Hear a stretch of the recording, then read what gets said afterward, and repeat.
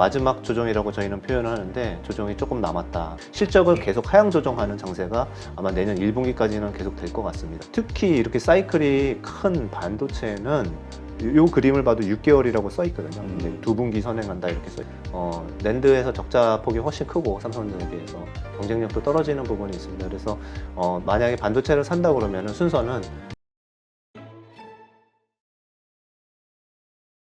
네, 오늘 모신 분은 그로스힐 자산운용 김태용 대표님입니다. 안녕하세요. 예, 안녕하세요. 네. 자, 지난번 5월 달에 저희가 뵀었는데 네. 그때가 이제 지수가 한 2,600선이었단 말이죠. 그 이후로 그쵸, 뭐 네. 2,100선까지 네. 밀리는 이러한 뭐라 그럴까요? 정말 엄청난 변동성이 있었어요. 그리고 이제 지금 2,400 한 초반대까지 다시 올라왔는데 이게 계속 좀 더 올라갈 수 있을 것이냐 아니면 다시 그 2,000 저점 확인하는 작업이 있을 것이냐 이런 거 가지고 지금 상당히 논란이 있거든요. 그렇죠. 일단 어떻게 보시나요? 현재 시장 상황. 예, 사실 지금 포인트가 제일 중요한 말씀인 것 같은데 저희는 바로 쭉 뻗어가기는 좀 무리가 있다고 보고 있고 약간 물론 이제 조금 상승은 더 추세는 연말까지 갈 수도 있습니다만 만약에 뭐 내년 1월, 2월 그때가 되면은 약간 조정을 할 수도 있다. 이렇게 해서 마지막 조정이라고 저희는 표현을 하는데 조정이 조금 남았다. 그리고 조정이 끝나고 이제 대세 상승이라고 표현하는 큰 상승의 추세 전환은 아마 내년 2분기 말 또는 3분기 초 이 정도로 생각을 하고 있습니다. 네. 그러면 이렇게 좀 질문을 나눠볼게요. 네. 일단은 조정이 있을 것이다 한 번 더. 네. 그렇게 생각하시는 이유가 뭘까? 네. 조정이 남았다고 하는 이유는 그 사이클을 이제 주식시장의 사이클을 보면은 크게 네 국면으로 나뉘거든요. 그래서 이제 우리가 이제 경험한 2020년에는 사실 코로나 나오면서 엄청난 유동성을 풀었잖아요. 그래서 이제 유동성 장세. 네. 그때는 실적이 좋거나 나쁘거나 상관없이 돈의 힘으로 올라가는 이게 이제 처음 장세고요. 그 다음에 돈의 힘, 그 다음에 소비가 늘어나면서 기업들 실적이 좋아지는 두 번째 실적 장세. 그리고 이제 세 번째는 이제 실적은 좋아졌는데 돈이 너무 많이 풀려서 인플레이션이 문제가 되면서 그런 역유동성 장세. 그러니까 정부가 긴축을 시작하는 지금의 이 상황이 되겠죠. 그리고 이제 네 번째 스테이지가 이제 남았습니다. 세 번째까지는 다 왔고요. 네 번째 남은 것이 이제 저희가 얘기하는 역실적 장세입니다. 그래서 이제 제가 요거를 표로 사실은 이렇게 제가 옛날에 쓴 책에도 넣어놨고 그래서 이제 표를 넣어놨는데 요렇게. 예. 그럼 지금 우리가 처한 지금 상황이 네 번째인 이 역실적 장세. 이거를 이제 경험하고 있거나 할 겁니다. 그래서 지금 이제 예를 들면은 지금 한 달 동안만 우리나라 코스피의 그 기업 이익이 한 9% 정도 빠졌어요. 아, 그래요? 네, 하향 조정된 거죠. 네, 그런 식으로 실적을 계속 하향 조정하는 장세가 아마 내년 1분기까지는 계속 될 것 같습니다. 그리고 또 하나는 이제 크레딧 리스크라고 하죠. 그래서 금융시장이 좀 불안한데 이제 유동성이 축소가 되고 이러다 보니까 뭐 ABCP 문제도 생기고 그 다음에 연구체 문제도 생기고 영국의 어떤 연금의 레버리지 상품의 어떤 부실화도 나타나고 이와 같이 우리가 몰랐던 레버리지 상품들이 조금 터지는 이런 국면들을 내년 상반기 특히 뭐 1, 2분기에 좀 볼 수도 있을 것 같다. 그러면은 그때 나쁜 뉴스 계속 나오거든요. 근데 지금 그거를 다 헤쳐나가면서 쭉 뻗어나가기에는 조금 악재들이 남았다. 이렇게 해서 마지막 이 네 번째 단계인 후퇴기는 그러나 많이 남진 않았습니다. 제가 보기엔 3개월에서 6개월 이 정도 보고 있습니다. 그럼 그 트리거가 된다는 것이 이제 말씀하신 기업 실적 악화가 한 번 더 확인이 되면서 그렇죠. 그것으로 인한 조정이 있을 것이다. 네. 그러면은 4분기, 그 1월 달 네. 아니면은 1월 달이나 아니면은 내년 1분기에 대한 실적을 바탕으로 하는 4월 뭐 어느 쪽이 좀 더 조정의 폭이 있을 거라고 보시나요? 그래서 이게 이제 기간으로 잘 맞추면 사실 너무 좋은데 그냥 그게 뭉뚱그려서 한두 달 틀릴 수 있어서 저는 차라리 그냥 이렇게 보는 게 좋을 것 같아요.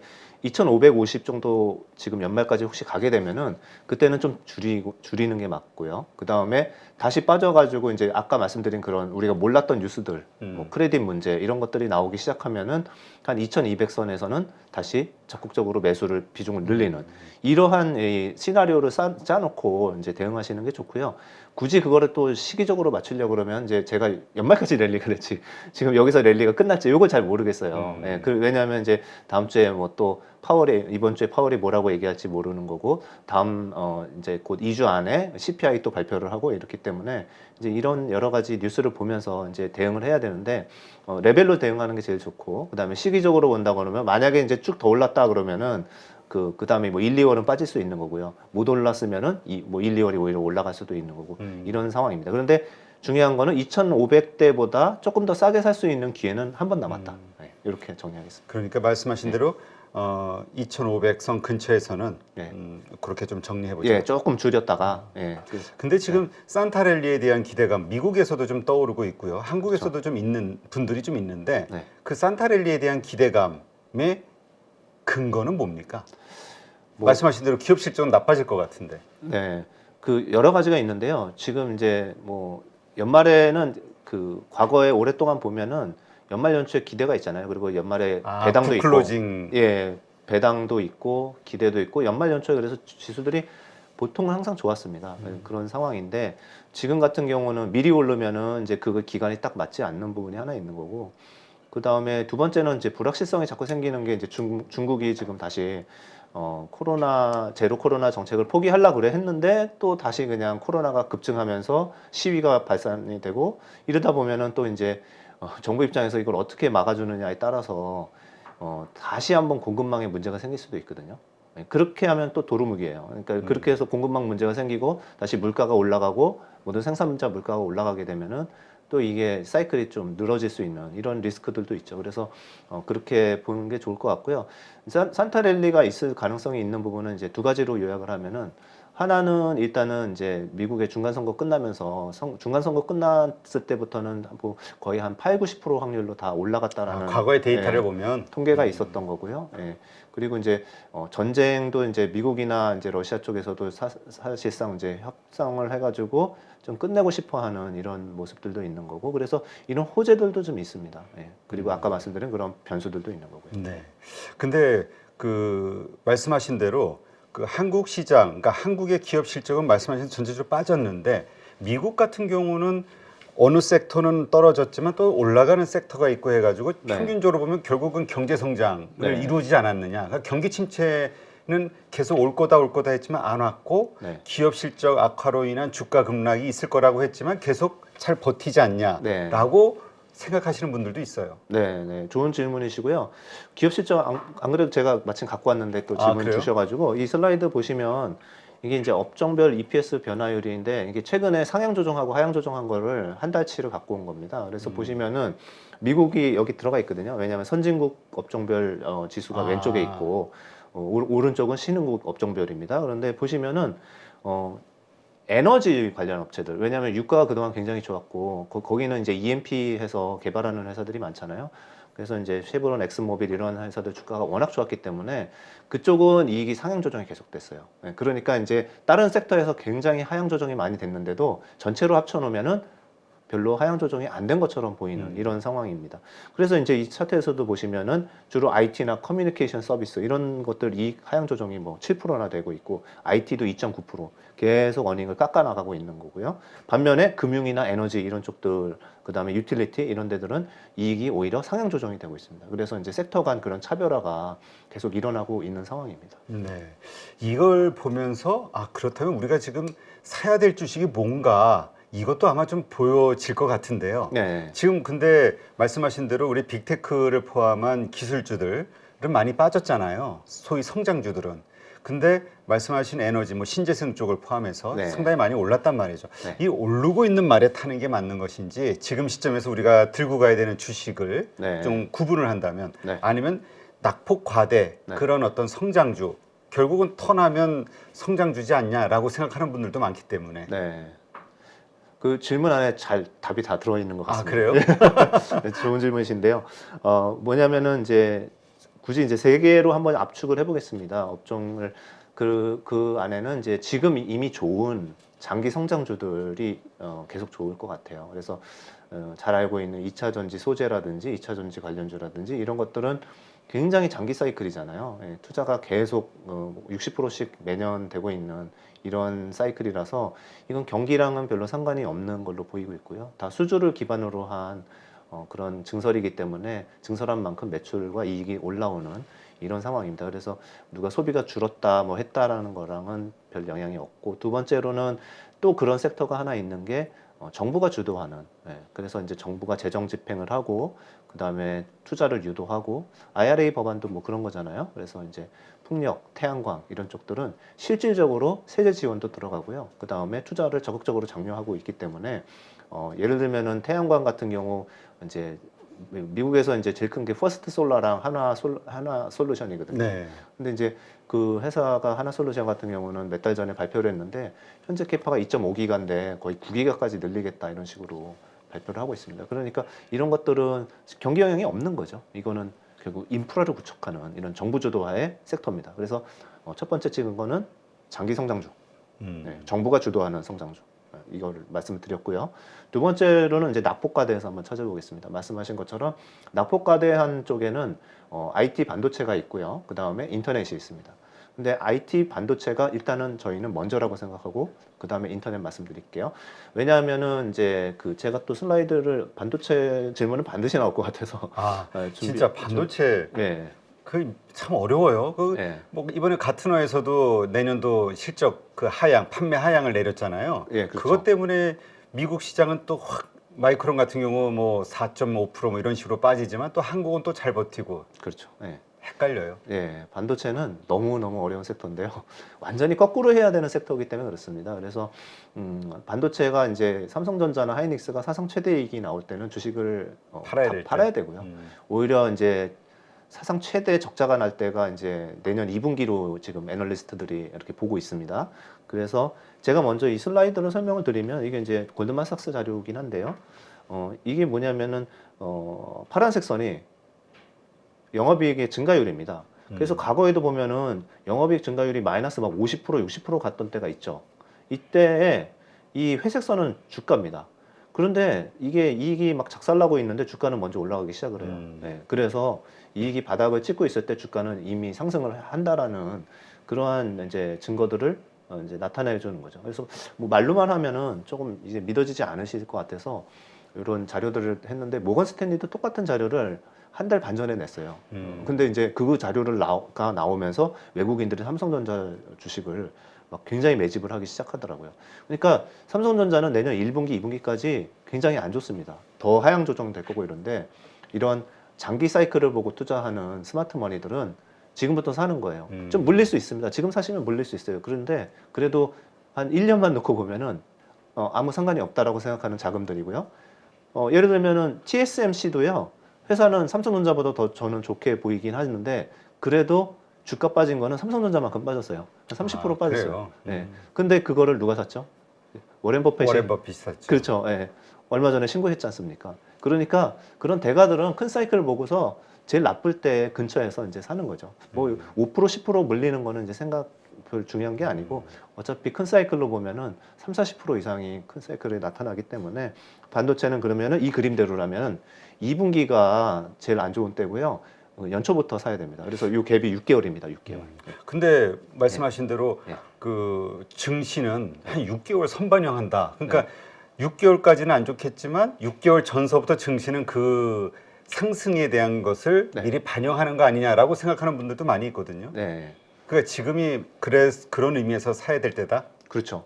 그래서 다른 기업들은 6개월까지 선행하는 것 같지는 않고 한 3개월 정도 선행하는 것 같은데 3개월. 특히 이렇게 사이클이 큰 반도체는 요 그림을 봐도 6개월이라고 써 있거든요. 이제 2분기 선행한다 이렇게 써 있거든요. 그래서 그 정도 하고 그러면 이제 내년 2분기가 제일 나쁘니까 이제 내년 연초 정도에는 슬슬 매집을 해야 되죠. 그리고 이제 물려 계신 분들은 좀 참고 기다리시거나 더 물타기를 해도, 그러니까 떨어지면 더 물타기를 해도 된다라고 생각합니다. 네. 근데 이런 말씀을 들을 때는 그래 반도체주 그래 우리가 왜 물렸지? 역대 최고의 실적 발표하던 그때 삼성전자를 사서 9만 원대에 물린 거고 15만 원대에 하이닉스를 물린 거잖아요. 네. 그러니까 지금 안 좋을 때 사는 게 맞아. 이게 머리로는 되는데 근데 또 나오는 뉴스들을 보면 하이닉스 뭐 5조 적자설 다음 분기 실적이 뭐 그러네 뭐 별의별 얘기가 다 나온단 말이에요. 막 그렇죠. 그러면은 뭐 북 밸류가 달라질 것이다. 네. 7만 원대 막 이야기가 나오고 그러니까 이제 무서워서 못 사는 거죠. 네. 이런 관점을 어떻게 봐야 되나? 이게 의례적으로 이 사이클마다 있었던 현상인가요? 아니면 이번이 좀 다른 건가요? 항상 반복되는 사이클이라고 보면 되고요. 이 반도체는 이제 옛날에는 반도체 업체가 12개가 있었어요. 2000년 초반에는. 근데 다 망하고 지금 크게 보면 3개 진영이 남아 있을 뿐이고, 그리고 그렇다 보니까 옛날에는 정말 그 망할 리스크까지 있는 그런 섹터였는데 지금은 그럴 리스크는 없습니다. 왜냐면은 캐시 코스트, 그러니까 원재료에 대한 코스트까지 내려가기 전에 다들 감산을 해버리기 때문에 그렇고요. 그래서 이제 이 반도체에서 첫 번째 반등이 나왔던 이유도 사실은 하이닉스와 마이크론이 감산 뉴스를 한 달 전에 냈잖아요. 네, 감산 또는 투자 축소 이렇게 냈지 않습니까? 근데 이제 삼성전자가 동참은 안 했지만 삼성전자도 할 수도 있는 거고요. 그래서 결과적으로는 첫 번째 반등은 이렇게 투자 축소가 나올 때 일어나고요.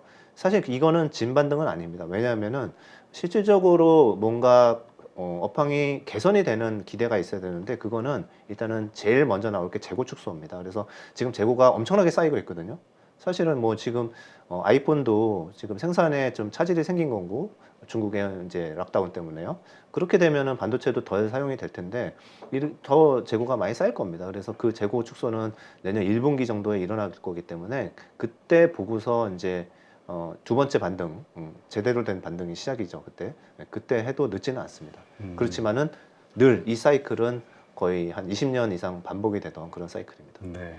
그러면 요거 하나 더 질문드리면 하이닉스 같은 경우는 사실 이번에 이제 인텔에서 인수를 했잖아요. 그 낸드 플래시 쪽이죠. 그렇죠. 예. 예.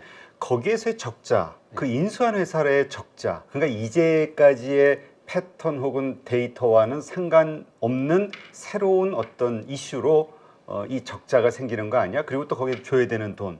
그러다 보면은 지금 아까 말씀하신 신용 경색으로 인한 채권 발행의 어려움, 그 뭐 다시 유상증자에 대한 이슈, 이러저러한 것들은 새로운 이슈 아니야? 그렇다면 하이닉스는 부정적으로 봐야 되는 거 아니야? 라고 생각하는 분들도 있거든요. 네, 그건 틀리진 않죠. 상대적으로 보면은 낸드에서 적자 폭이 훨씬 크고 삼성전자에 비해서 경쟁력도 떨어지는 부분이 있습니다. 그래서 만약에 반도체를 산다 그러면은 순서는 먼저 삼성전자가 먼저가 될 것 같고요. 삼성전자는 이제 캐시플로우가 좋은 부분은 다른 가전 사업부나 이런 사업분들이나 로직 사업부가 또 있고 이렇지 않습니까? 그래서 전체적으로 삼성전자가 조금 더 먼저 안전하게 자리를 잡을 것 같고요. 그 다음에 이제 완전히 바닥 찍은 거 확인하고 그 다음에 하이닉스가 올라갈 것 같습니다. 그래서 최근 한 달간 주가 차이도 지금 말씀하신 게 그대로 반영이 되고 있는 것 같아요. 하이닉스는 못 오르고 삼성전자는 좀 올라 있고 이런 것 같습니다. 네. 근데 또 그 반면에 또 보면은 그래도 좀 이렇게 8만 원대 초반선에서 이렇게 지지를 하는 모습, 앞으로는 또 어떻게 될지 모르겠지만 네. 이런 이미 다 나와 있는 어떤 불안감들이잖아요. 네. 다 반영된 지금이 바닥이 아니냐라는 의견도 있고 그 실적이 눈에 찍혔을 때가 바닥이다. 그게 그때 빠지는 게 뭐 이런 얘기 하시는 분도 있는데 네. 대표님은 어느 쪽으로 보세요? 바닥은 맞는 것 같은데요. 다시 바닥권으로 충분히 더 떨어질 수 있다는 생각은 들어요. 왜냐면은 이게 이제 반도체 업황만 딱 보고서 다 결정이 되는 건 아니고 이제 코스피라는 것 자체가 이제 외국인이 더 팔게 되면은 또는 이제 기관이 팔게 되면은 좀 빠질 수가 있지 않습니까? 그럴 때 이제 반도체가 영향을 많이 받을 수 있고요. 그래서 저희는 이제 아까 처음에 말씀드린 것처럼 지수 바닥이 이미 찍혔다고 생각하면은 반도체도 확실히 바닥인데 그렇지 않고 지수가 한 번 더 빠질 수 있다고 생각하기 때문에 그때 이제 반도체 업종도 피해가기는 어렵다고 생각합니다. 네. 지금 그 시장의 가능성, 일단 이건 이제 한국 주식, 한국 증시 상황이겠죠. 네. 한국 증시 같은 경우는 그렇게 한 번 더 조정을 예상하시는데 기업 실적 발 그거 말고도 지금 이제 파월 네. 연준의 입장에서는 네. 증시가 오르는 것을 전혀 반가워하지 않는다. 그러니까 뭔가 강성 발언이라든가 여러 가지 액션을 통해서 찍어 누를 것이다라고 시장에서는 생각하거든요. 네. 그런 차원에서 이번 주에 있게 되는 파월 발언 이게 되게 좀 무서워하시는 분도 있어요. 사실 기대하시는 분들도 있지만 네. 파월의 이제까지 스탠스로 봐서는 또 그냥 좀 무서운 말이 나올 네. 거야. 이렇게 얘기하는 분들도 많아요.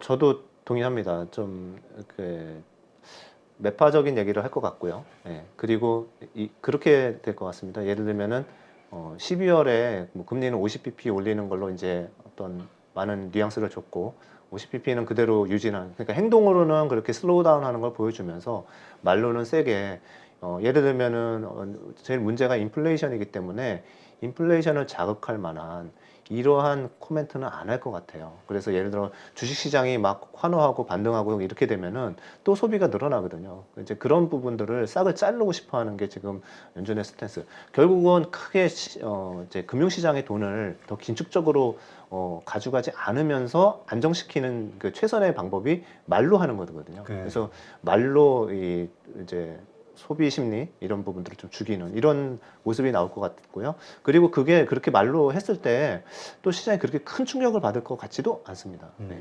이미 다 알고 있는 것들이라. 네네, 저렇게 얘기할 것 같았다라는 생각을 할 것 같습니다. 알겠습니다. 지금 이제 어쨌든 금리가 상당히 많이 올랐는데 지금 5%대 이런 가까운 기준금리 이런 현상이 이런 상황은 사실 그 상당한 어떤 위기 상황을 불러오를 것이다. 뭐 장단기 금리 역전차도 있고요. 네. 이런 얘기 하시는 분들이 있거든요. 그러니까 네. 단순한 경기 침체를 넘어서 네. 뭐 신흥국 쪽의 위기가 됐든 아니면 뭐 부채단에서의 어떤 문제들 네. 뭐 이런 것들에 대한 걱정으로 또 시장이 망가지지 않을까 이런 생각하시는 분들도 많은데요. 네. 충분히 가능성이 있다고 생각합니다. 제가 아까 기업이익 하향 조정만 말씀드렸지만 두 번째로 이제 저희 두려운 두 번째가 이제 그거거든요. 그러니까 우리가 몰랐던 금융 부실이 터진다. 이게 이제 내년도에 상반기에 나올 수 있는 뉴스들입니다. 그래서 사실 저희가 아시는 분은 다 아시지만 미국 국채 시장도 한번 약간의 위기가 돌았어요. 그러니까 뭐냐면은 미국이 계속 일방적으로 금리를 빠른 속도로 올리니까 다른 유럽이라나 일본의 국가들 거기에 들어갔던 자금들이 다 미국으로 흘러 들어가면서 사실상 다른 국가들의 국채 또는 그 국가 신용도가 좀 떨어지는 이런 CDS 프리미엄이라고 이제 말하죠. 이런 문제들이 생기기 시작을 했습니다. 그래서 한두 가지 예를 말씀드리면 우리나라 뭐 레고랜드, APCP 이런 거 말고도 영국에서 이런 일이 있었잖아요. 영국에서 영국의 국채를 투자를 했었는데 너무 금리가 낮으니까 영국의 연금 펜션 펀드가 레버리지를 4배, 5배를 쓴 거예요. 네, 국채니까 안전하다고 생각하고. 그랬는데 그게 이제 국채가 계속 떨어지니까 가격이. 그러니까 마진콜이 나오면서 거의 240조 원을 날렸습니다. 네, 영국의 연금리. 그러니까 말도 안 되는 얘기죠. 예. 그런데 이제 2,400조 중에 10% 정도가 날아간 겁니다. 그러면서 이제 영국 국채나 CDS 프리미엄이 확 튀었죠. 예. 그게 불과 한두 달 전입니다. 근데 그거를 아무도 몰랐거든요. 연금이 그렇게 레버리지 4배 쓸 줄은 아무도 몰랐던 그렇죠. 거죠. 예. 이런 일들이 유럽의 은행들이 이렇게 숨겨져 있을 수가 있다는 거죠. 그래서 요새 크레딧 스위스의 뭐 뱅크런 얘기도 많이 나오고 있는데 뱅크런이 보니까 120조 넘게 나왔더라고요. 아, 그래요? 예, 120조 넘게 돈을 이제 자산가들이 뺀 거죠. 크레딧 스위스에서. 그래서 큰일 났다 저 생각하고서 이제 봤는데 전체 AUM 그러니까 전체 자산의 한 10% 정도 빠진 겁니다. 그래서 이제 망할 정도는 아니고요. 금리는 뭐 9% 정도 되고 영구채 11%까지 튀었다가 다시 안정되고 이런 상황입니다. 그래서 제가 드리고 싶은 말씀은 대표님 말씀하신 것처럼 우리가 모르는 금융부실이나 금융의 안정성을 건드리는 것들이 터질 수 있다. 네. 그거 모른다. 그렇지만은 하나 다행인 거는 뭐냐면은 이거를 연준도 알고 각국 정부들이 다 알고 있기 때문에 그런 게 터지면 적극적으로 막을 생각입니다. 네. 오히려 그러니까 우리가 일어나지 않은 일들에 대해 너무 과도하게 그것까지 계산해서 두려워하지는 말자. 네, 그러나 이런 게 나오면은 이런 것들이 나올 수 있었겠구나라고 생각을 하는 거고 그것 때문에 연준이나 이게 금리를 50pp로 슬로우 다운 시킨 거예요. 12월 달에 50pp로 슬로우 다운 시킨 거고 이게 지금 이것도 한번 자료를 보여드릴게요. 네. 이게 뭐냐면 미국 국채의 위험도를 나타내는 무브지수라는 겁니다. 미국 국채의 변동성인데 이게 위기가 오면은 확 튑니다 위로.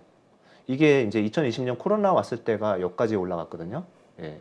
미국 국채의 변동성이 여기까지 올라갔는데 얼마 전에 한 달 전에 이걸 깨고 더 올라갔었어요.